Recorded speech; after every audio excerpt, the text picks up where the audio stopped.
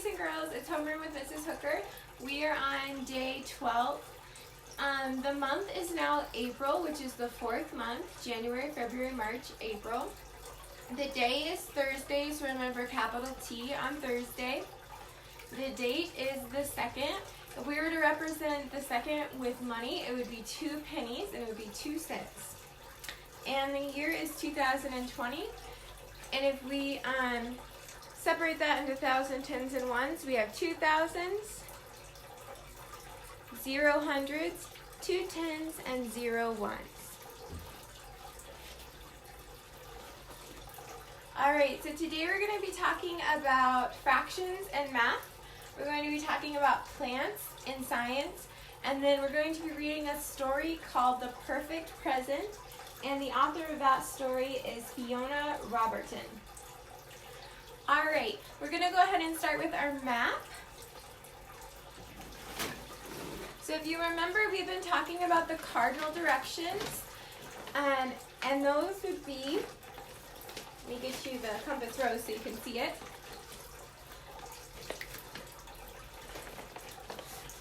North, east, south, and west. So remember, Mrs. Hooker taught you the phrase, never eat sour worms. Alright, so we're going to go ahead and look at, let's just pick a state. Oh, we already did Kansas, another state. New Mexico. Okay, we're going to look and see what is south of New Mexico. So remember, south is pointing downwards. So what's south of New Mexico would be the country of Mexico, or you could say the state of Texas, because part of it comes out underneath New Mexico. Okay, so that is south. Remember to practice those to practice your cardinal directions, you can play a game with your brothers and sisters, hide something, or your parents, hide something around the house, and then tell them it's 2 steps to the east, or 2 steps to the west, or whatever, and then see if they can try to find it around the house. Okay, now we're going to move on to the time.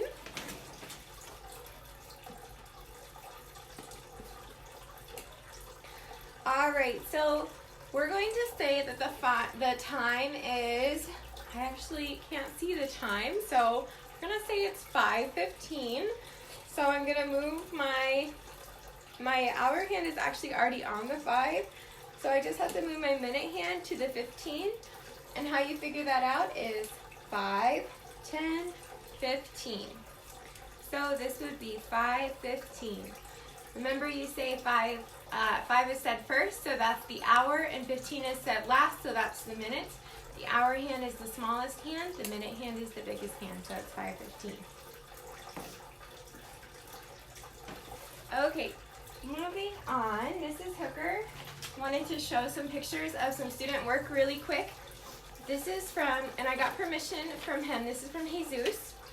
So Jesus did, and he's from my class, Jesus did the assignment where we took parts of a plant that we could eat. So he has for his root, he has his onion. For his stalk, or the stem, he has celery. For a leaf, he has the top of the celery. And then it looks like he has broccoli over in the corner for the flower. So that was Jesus and his assignment. He also did the chameleon that we drew the other day. And he did a writing assignment. And it says, when I grow up, I want to be a police officer. I love it. Awesome job, Jesus. Thanks for doing your homework. A prize will be coming in the mail to you. And then we had several other students who are getting prizes too. Mrs. Hooker's kind of late on the game with sending prizes out. All right. Our story for today, our story prompt is, Mason, what's up with all the marshmallows? Asked Kara. You'll see, said Mason. I'm going to... What? What do you think Mason is going to do with all the marshmallows? So go ahead and write a story with this writing prompt for me.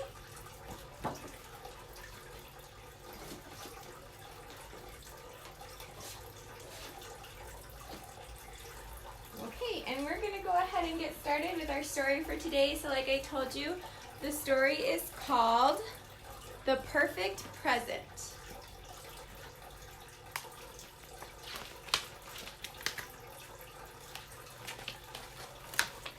While we're reading this story, remember we're going to be looking for our who, our what, our when, our where, and our how. So as we're reading, make sure you're listening for those things. All right. Henry was too excited to sleep. Ooh. He was thinking about the enormous pile of birthday presents waiting for him downstairs and trying to guess what Spot was going to give him. So this is Spot, the duck right there. Okay. He was guessing alphabetical order when currently at T. Is it a trip to Timbuktu? No. A totem pole? No. A trampoline? No.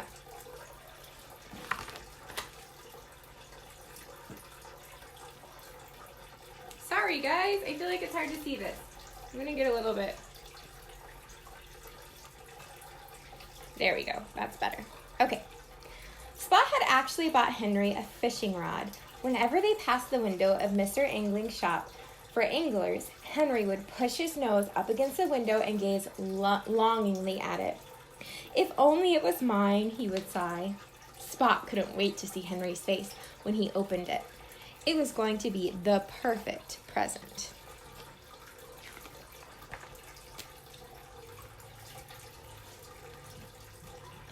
Morning came and Spot and Henry raced downstairs. Henry ripped open all of his presents from his mom and dad, his sister Olivia, and his cousins and his aunts and uncle. So he got a robot, a skateboard, a monster, walkie-talkies, a helicopter, a sweater, all sorts of things.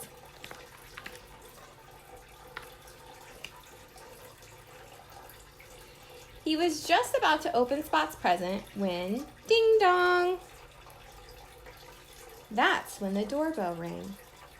Henry's grandparents had arrived and they had brought a strange, wobbling box. What do you think could be in that box? It has holes in it. It's moving.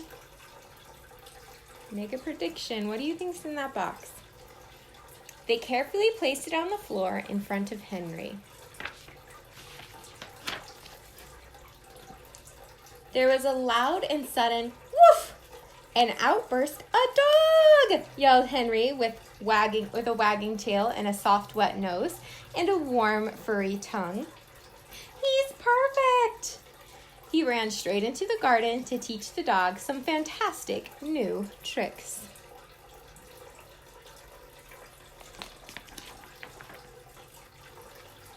Spot followed them out into the garden. But you haven't opened my present yet, he said.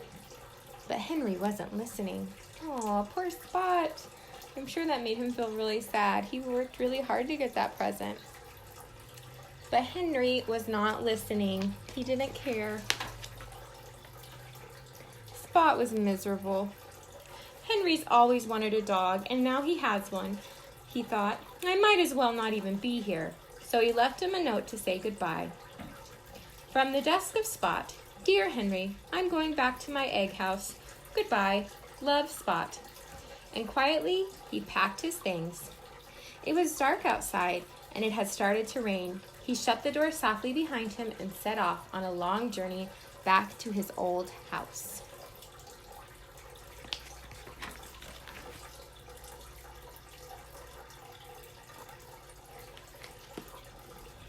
It was still raining when Spot came to a river. His suitcase was too heavy to fly with, so he jumped in to swim across instead. But the rain had made the river too fast and too strong, and Spot tumbled down the stream. He desperately grabbed for branches of a tree as the river swept past him, then clambered unsteadily to the top. The rain carried on raining, and the river rose up to meet him, and Spot was stuck, and he didn't know what to do.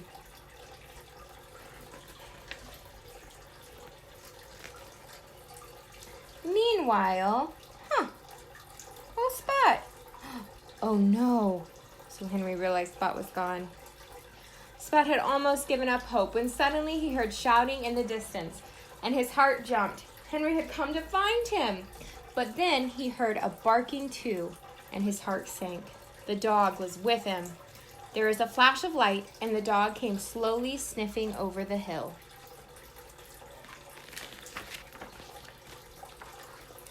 Then, barking noisily, he rushed headlong toward Spot. "Wait!" shouted Henry, but it was too late. With a single bound, the dog jumped into the river and immediately sank like a stone. Spot knew he had to do something. He dove straight in after the dog and caught him by the collar just in time. But now they were both in trouble. Spot was too tired and the dog was too heavy, and they both began to sink. Then, from somewhere up above, there came a strange plop, and Spot felt a sharp tug on his neck.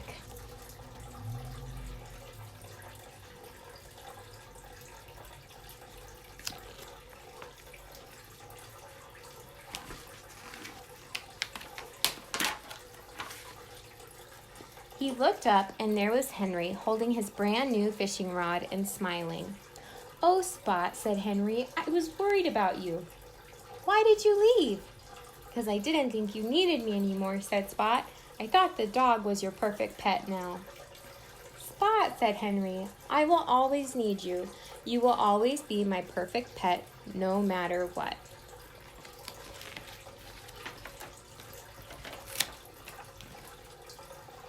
"But perhaps," he said, "the dog can be our perfect pet.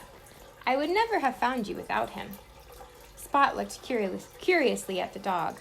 "I've never had a pet before," he said. "You'll love it," Henry told him. "Pets are excellent." "So," asked Spot hopefully, "do you like your birthday present?"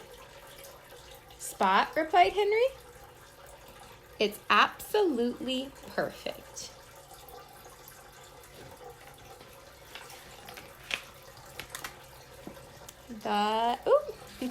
The end. All right, guys, so now that we read this story, we're going to talk about the who in this story. So who were the main characters in the story that we just read about? We read the perfect present, and who were the main characters?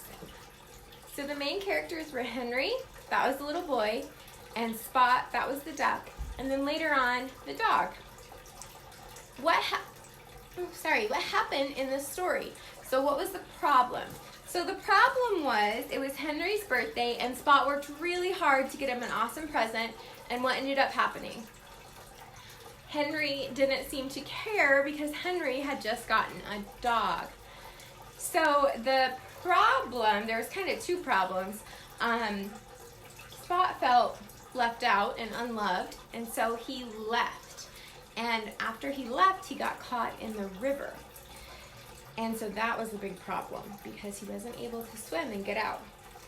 When did this story take place? Well, it looks like it took place during the day. The part where they're getting him out of the river, it does look dark, but that's because it's raining. And usually when it's raining, it's kind of dark outside. And where? Where did the story take place? So it doesn't tell us a location for sure, but we do know it took place in their house and at a river. And how did the story end? So how was the problem solved? Well, the problem was solved by Harry coming to rescue Spot out of the river. And Harry decided that the puppy dog would be both him and Spot's puppy dog that they could share together. And so that is how the problem was solved. So remember, when you're reading at home, Mrs. Hooker wants you to be reading at least 20 minutes a day with your brothers and sisters or your mom and dad or by yourself. And I want you to be asking yourself these questions as you read, because this is teaching you comprehension, and comprehension teaches you how to understand what you're reading. So make sure that you're asking these questions while you're reading your stories at home.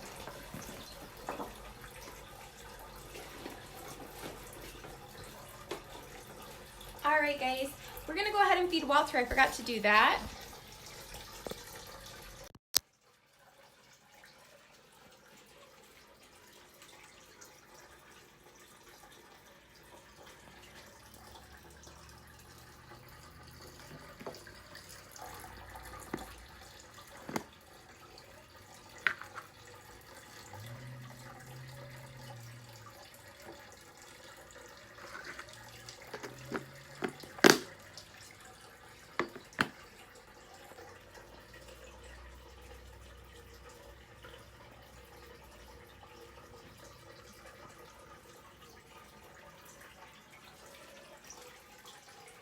All right, and Walter misses you guys from class. He, I think I told you this last video, he just spends a lot of time sitting in the corner of his tank.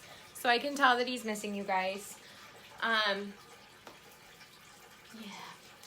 I miss you guys too, but we will see each other hopefully soon.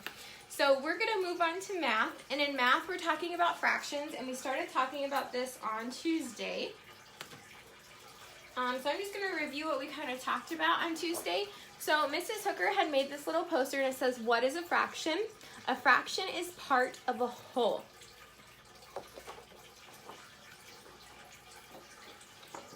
So a whole would be like one whole pizza, and a fraction of the pizza would be like half of the pizza. So Mrs. Hooker has a few more vocabulary words to teach you that goes with fractions, and then we're going to do some examples. And then we're going to make something that you can use at home to be practicing your fractions. So here's a fraction. This is a half. So the top number is called the numerator, and the bottom number is called the denominator. So we have the numerator and the denominator.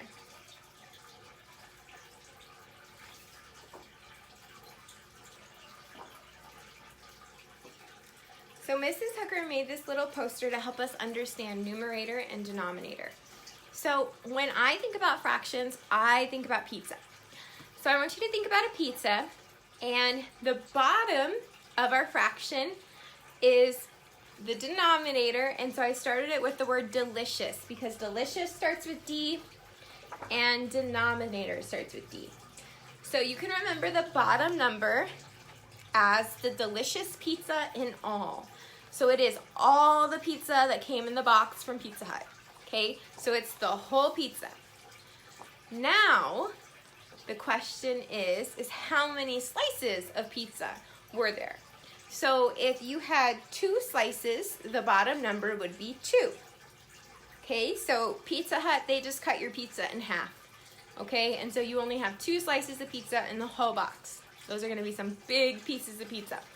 Okay, so your numerator is your nom-nom pizza in your hand. So nom-nom starts with N, and I thought that would be a good way for you to remember numerator. So the nom-nom pizza in your hand is part of that pizza from your box. So it's the part that you're going to eat. It's the smaller part. Because you're not going to eat the whole pizza. You're just going to eat part of it. So for 1/2, there are 2 pieces of pizza total. See, 2 pieces total on the denominator. And you're eating 1 piece of pizza. You have 1 piece of pizza in your hand, the nom-nom pizza in your hand that you're going to eat. So there are 2 pieces of pizza in all. So that's the denominator, the bottom number, how much pizza there is in all, the delicious pizza in all. And then the numerator is the nom-nom pizza in your hand. So that's the slice that you're currently eating. So the fraction for this picture would be 1/2, because you are eating 1/2 of this pizza. Okay, so Mrs. Hooker has my little pizza here. And I'm gonna do it like this. So you can see 1/2 is supreme and 1/2 is cheese. Okay, this is the whole pizza. Pizza Hut cut it into only 2 pieces. Okay, so all together, the bottom denominator number would be 2. Now, Mrs. Hooker right now has 2 pieces in my hand. So the denominator would look like this.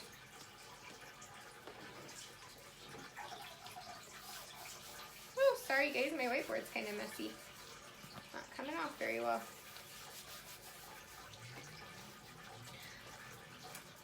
So Mrs. Hooker is holding both pieces of pizza in my hand. There are 2 pieces in all, and I have both in my hand. That is what the fraction is going to look like. Another way you can say this is 1 whole, because that is 1 whole pizza in your hand. Now what if Mrs. Hooker was only holding the supreme side of the pizza? Okay, this is all I had in my hand. How much would what would the fraction be if I just had this in my hand? Well, there are 2 pieces of pizza in all, but in my hand there's only 1. So the fraction would be 1/2 or 1/2.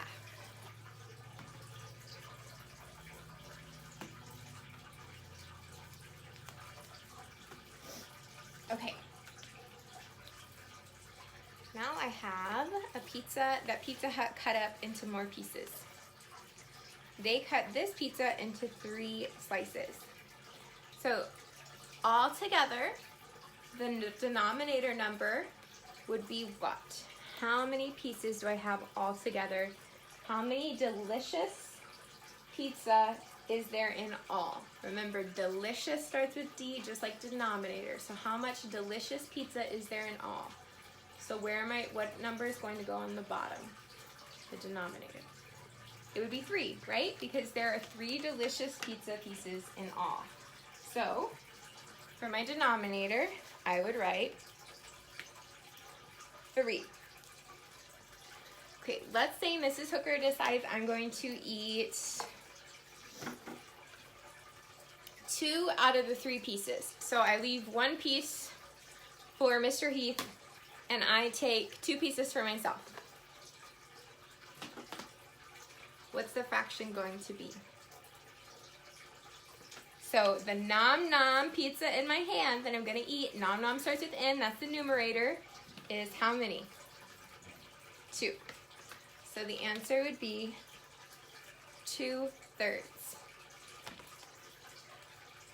All right, so I wanted you guys to be able to make some fraction pizzas like Mrs. Hooker has, for you to be able to practice fractions at home. So what you're gonna need is a cereal box, and you're gonna wanna cut it so it lays flat like this. Then what you're going to do is you have 2 kind of rectangles, one here and one here. You're gonna draw a circle on both of these rectangles.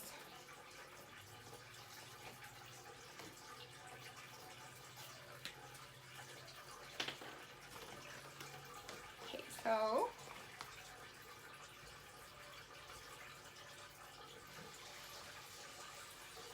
and if you want to use a bowl to trace so your circle looks better than mine, you can do that, because my circle isn't very circular. And then you're going to do your other circle over here. Okay, so you have 2 circles, and now what you're going to do is cut them out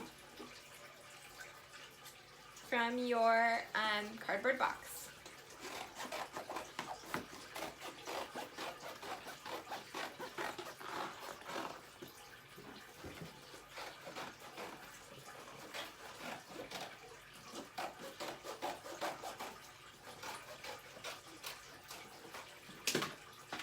So this would be 1 pizza, and then what you're gonna do is you're gonna decorate it. You can put draw cheese or pepperonis or peppers or mushrooms, whatever you like on your pizza. And then what you're gonna do is you're gonna draw a line down the middle, and you're gonna make your pizza halves. If you don't have a cereal box, you could use paper is fine, or cardstock. or if you ordered something online and you have a box at home you could use, that would be fine too. So these are our pizza halves. So these are 2 halves, they make 1 whole pizza. So then you can cut out your second pizza.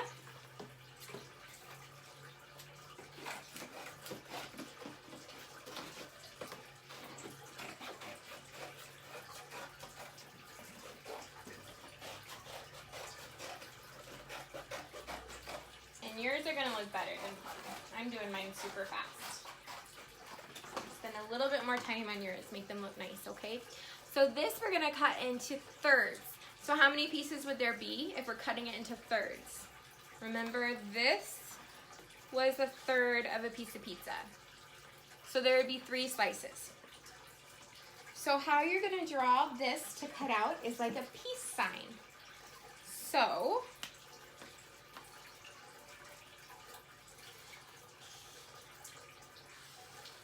like that. And you have 1, 2, 3 pieces of pizza. And then you just cut those out.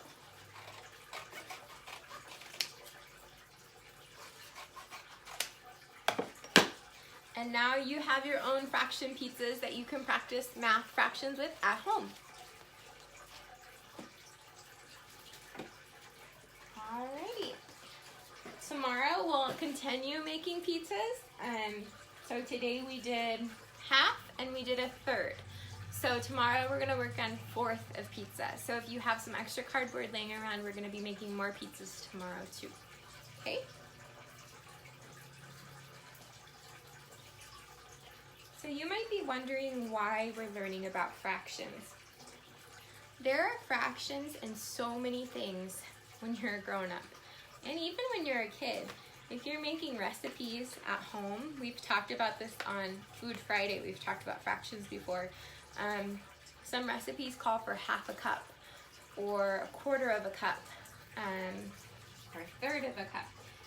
And you have to be able to know what that fraction is in order to know how much of an ingredient you need to put into what you're making.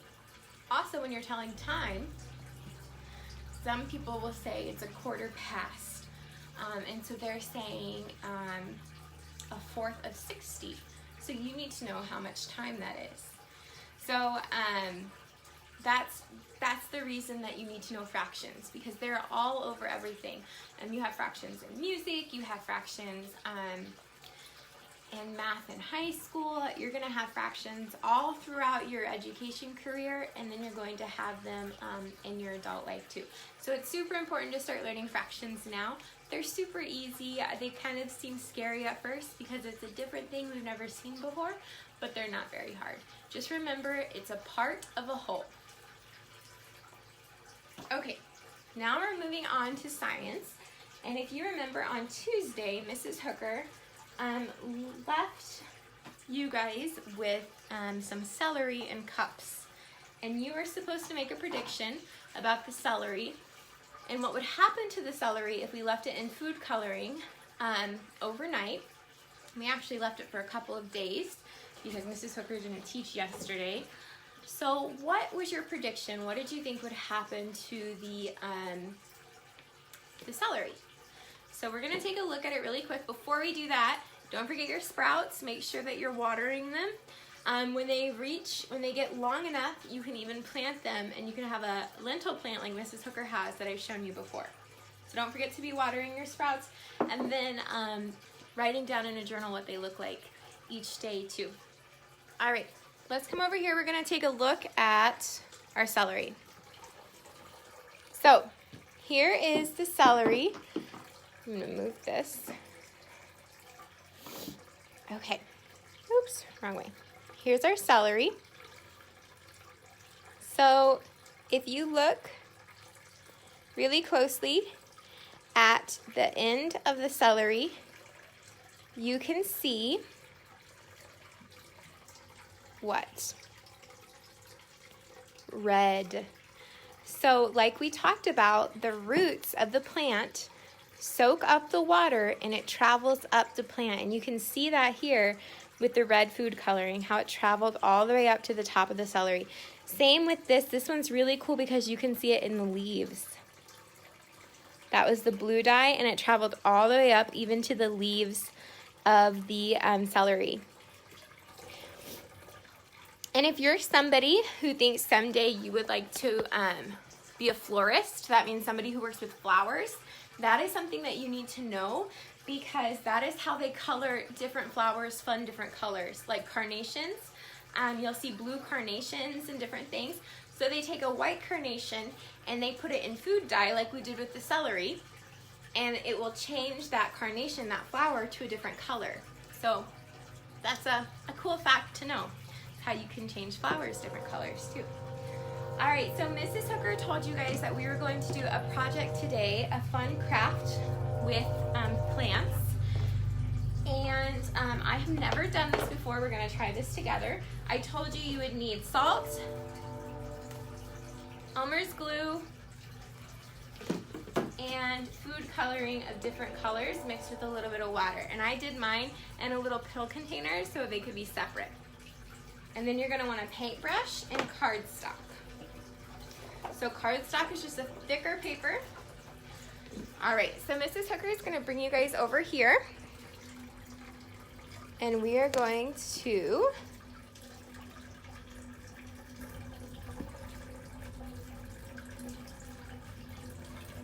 start our activity. All right, so what you're going to start with is your glue, and you are going to draw flowers and grass and a whole scene with your glue. And I'm actually gonna turn the paper this way. Okay.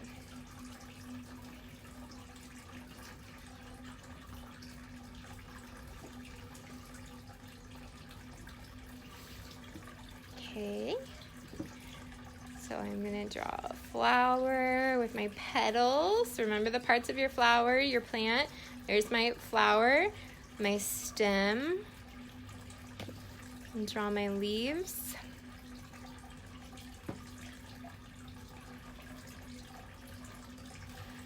And then little roots at the bottom of my flower.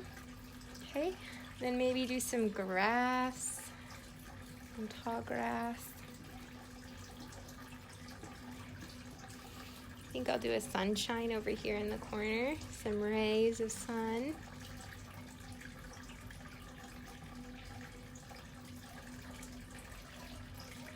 And I'm gonna fill that in. I'm also gonna fill in my petals, I think. Okay, so now you are going to take your jar of salt, and you're going to sprinkle it all over the glue, almost like you would if you had glitter, like we do in class when we sprinkle glitter on the glue. So it's quite a bit of salt. You're just gonna cover, and you know, salt is actually not too pricey. You can get this big jar at Walmart for 78 cents. So if you're worried about being wasteful, I promise it doesn't cost too much money. Okay.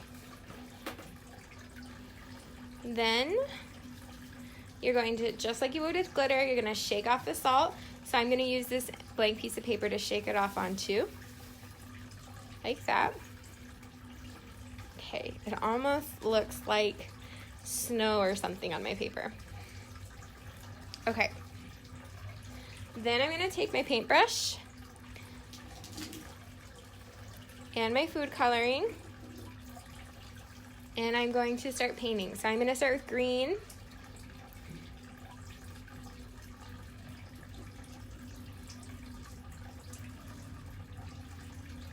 I don't know if you can see it. You might need to use a little bit more food coloring.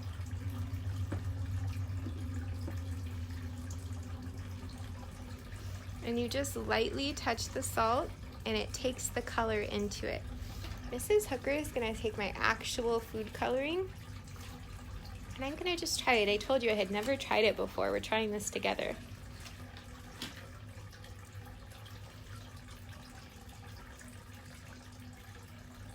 Oh, there it goes. That's what you have to do. So I mix food coloring with water, but you actually just need to use the plain food coloring and just a dot And you can see, isn't that cool how it travels up the salt? Oh my gosh, that's awesome. Ah. Okay, why don't we're gonna do some red on the edges here of our flower.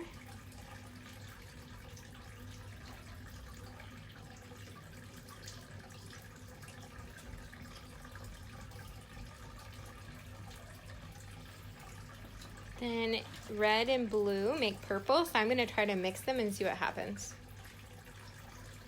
Ooh, it's kind of like, it's not really purple, but kind of tie-dye looking, isn't it? That is too cool.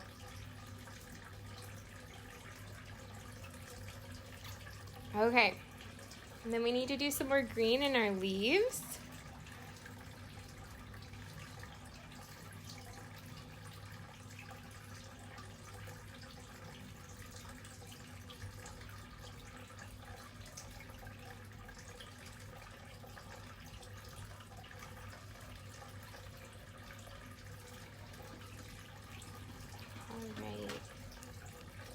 Do some yellow in our sunshine.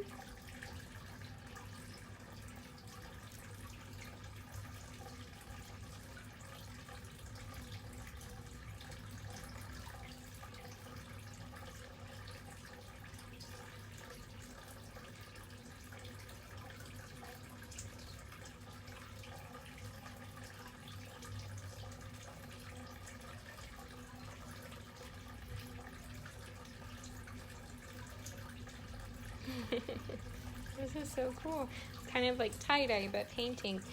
Okay, and then we have our tall grass, and I'm gonna do some green in my tall grass.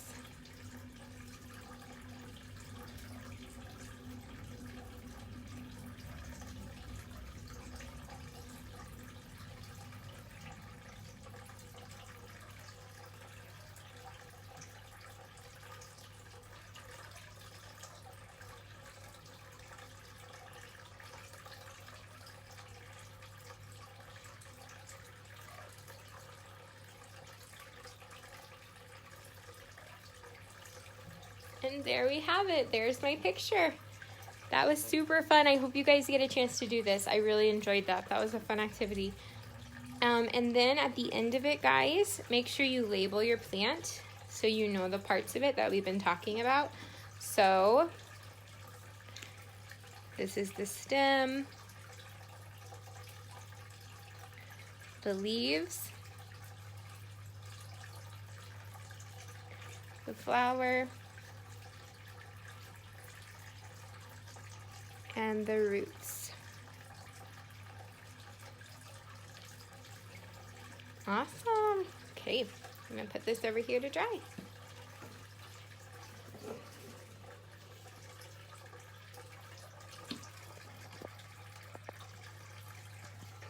All right, guys, so we are almost done for today. We did our math, our science, and our reading. I gave you a topic for writing to do today with your family. So we're going to finish off with a poem by Shel Silverstein.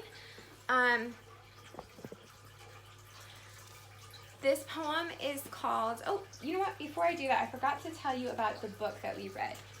So the book that we read is a book by Imagination Library, and Dolly Parton, she's a country music singer.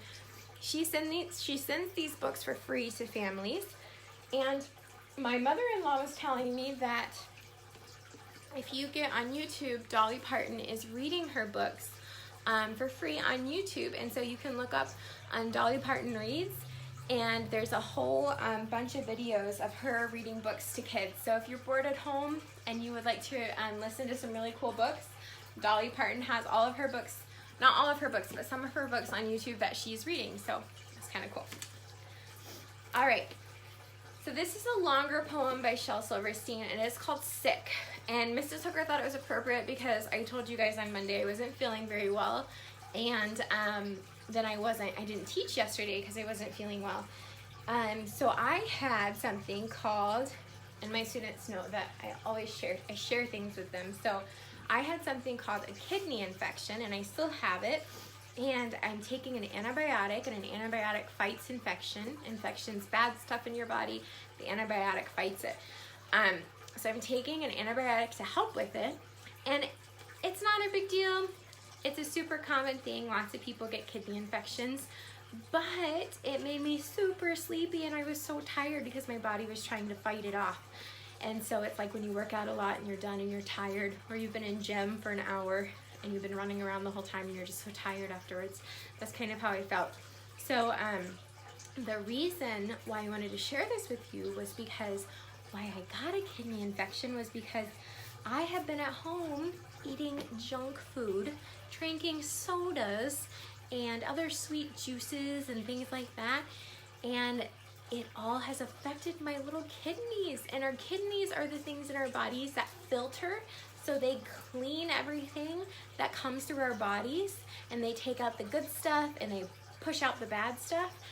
And so they're super important, and we want to keep them healthy, and exercise also helps. And I don't know if you've been like me, but I've been sitting on my couch a lot. I walk Nina, and that's about it. So that is why my kidneys got hurt. It's because I was eating junk food and I was just sitting around. So learn from Mrs. Hooker's mistakes. Make sure that over this time that you're at home, that you're getting exercise, that you're eating fruits and vegetables, that you're taking care of yourself. You know, our school has a food program, so you can go to the school and get healthy food if maybe you don't have healthy food at home, which I totally understand. So there's all sorts of options, but keep yourselves healthy. Mrs. Hooker did it, and I wasn't feeling very good because of it. So make sure you take care of yourselves. So this poem is called Sick. And I think it can relate more to some of you than it did with Mrs. Hooker's sickness. So I'll read it to you and see if you know why. I cannot go to school today, said little Peggy Ann McKay. I have measles and the mumps, a gash, a rash, and purple bumps. My mouth is wet, my throat is dry, I'm going blind in my right eye. My tonsils are as big as rocks. I've counted 16 chicken pox, and there's one more than 17. And don't you think my face looks green? My leg is cut, my eyes are blue. It might be instamatic flu. I cough and sneeze, I gasp and choke. I'm sure that my left leg is broke. My hip hurts when I move my chin. My belly button's caving in. My back is wrenched, my ankle's sprained. My appendix pains each time it rains. My nose is cold, my toes are numb. I have a sliver in my thumb. My neck is stiff, my spine is weak. I hardly whisper when I speak. My tongue is filling up my mouth. I think my hair is falling out. My elbow's bent, my spine ain't straight. My temperature is 108. My brain is shrunk, I cannot hear. There is a hole inside my ear. I have a hangnail, and my heart is... Wait, what? What's that? No, what'd you say? You say today is Saturday? Oh, goodbye. I'm going out to play. All right, so our little friend, Peggy Ann McKay, I don't think she was really sick at all. I just don't think I don't think she wanted to go to school. So she was making all sorts of excuses. Maybe you have done that before too. But then when you find out it's Saturday, you're okay because you get to play. So I hope you're all doing great. Stay healthy. Make sure you're eating your fruits and vegetables, going outside to play. Mrs. Hooker misses you. And some of you are going to be getting packages from me because you did your homework last week. So bye. Have a great day.